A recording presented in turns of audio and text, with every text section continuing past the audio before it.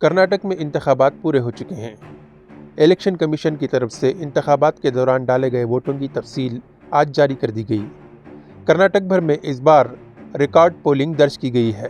Election commission کے مطابق 73.19% ووٹروں نے اپنے حق رائے دہی کا استعمال کیا ہے۔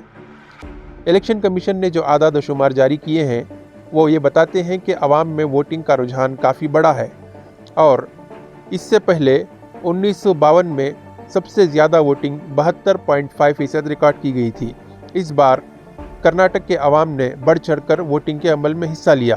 5.3 کروڑ ووٹروں میں سے 3.88 کروڑ ووٹروں نے اپنا جمہوری حق استعمال کیا اور اپنے نمائندوں کا انتخاب کیا ہے، جو کہ اپنے آپ میں ایک پازیٹیو رجحان کہا جائے تو بے جانا ہوگا۔ اس سلسلے میں ہم نے سابق مرکزی وزیر اور سینئر کانگریس رہنما ڈاکٹر کے رحمان خان سے فون پر بات چیت کی، جس میں انہوں نے ووٹنگ کے رجحان میں اضافے کو خوش آئند بتایا۔ خاص طور پر مسلمانوں نے جس طرح سے بڑھ چڑھ کر اس انتخابی عمل میں حصہ لیا اور اپنے جمہوری حق کا استعمال کیا، اس کو انہوں نے ایک بہتر تبدیلی سے تعبیر کیا۔ انہوں نے کہا کہ مسلمانوں میں ووٹنگ کے متعلق بیداری لانے کے لیے علماء کرام اور علماء دین نے جس طرح سے کام کیا، اس کے لیے وہ قابل مبارکباد ہیں۔ انہوں نے مزید کہا کہ اتنا ہی نہیں بلکہ آنے والے دنوں میں اور بھی مراحل آنے والے ہیں، اس مرحلے میں بھی مسلمانوں میں بیداری خوش آئند رہے گی۔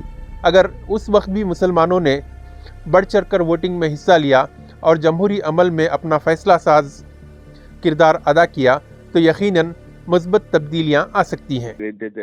بہت اچھا پازیٹیو ٹرینڈ اور کمیونٹی مسلمان آگے بھی اپنی ذمہ داری کا احساس کیے ہیں اور